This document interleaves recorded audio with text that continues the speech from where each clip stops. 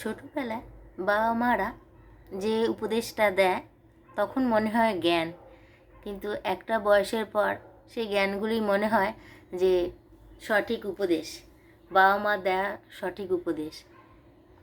ছোটোবেলা বাবা বলতো যে ভগবান যে ফুল পছন্দ করে তাকে সেই ফুল দেওয়া উচিত, তাতে ভগবান তুষ্ট হয়।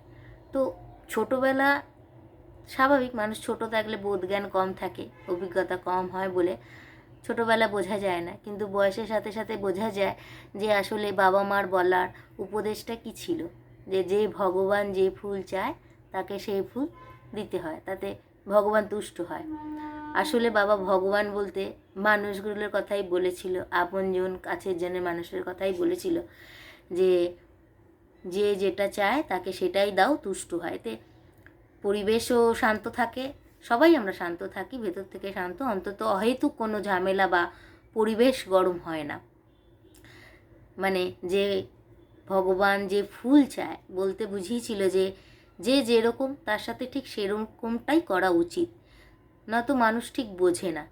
তুমি অত্যন্ত যদি কাউকে দিয়েই যাও দিয়েই যাও দিয়েই যাও, তখন সেই মানুষটা সেই দেওয়াটার উল্টো মানে বার করে ফেলে, যে নেওয়াটাই তার অধিকার, রিটার্নে যে দিতে হয়, অ্যাটলিস্ট থ্যাংক ইউটাও যে দিতে হয়, সেই বোধজ্ঞানটাও হয়তো মানুষ হারিয়ে ফেলে।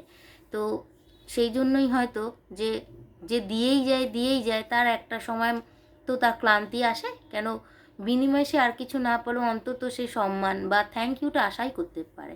কিন্তু মানুষের মন তো আশাই করাটাই স্বাভাবিক না, যে দেয় সে তো একসময় ক্লান্ত হয়, কিন্তু যে নেয় সে কখনোই ক্লান্ত হয় না।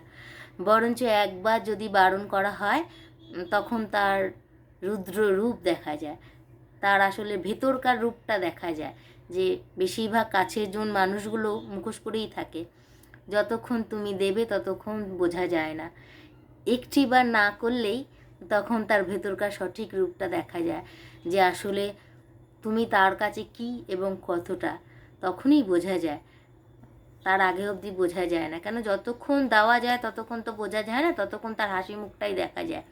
যখনই বারণ করা হয় তখনই বোঝা যায় আসলে কে কার কাছে কতটা গুরুত্ব বা কতটা প্রয়োজনীয়, প্রয়োজনের জন্য প্রিয়জন না প্রিয়জনের কাছে প্রয়োজন, কোনটা যে গুরুত্ব সেটা আসলে পরিস্থিতি বুঝিয়ে দেয়, সময় বুঝিয়ে দেয়। তো সেই জন্যই মানে বাবা বলেছিল যে ভগবান যেটা চায় সেই ফুলটাই তাকে দাও। তো সেটার মানে আসলে সেটাই, আসলে যে যেই ভাষাটা বুঝতে চায় তাকে সেই ভাষাতেই বলা উচিত, তো সে হয়তো সঠিক বুঝে উঠতে পারে না।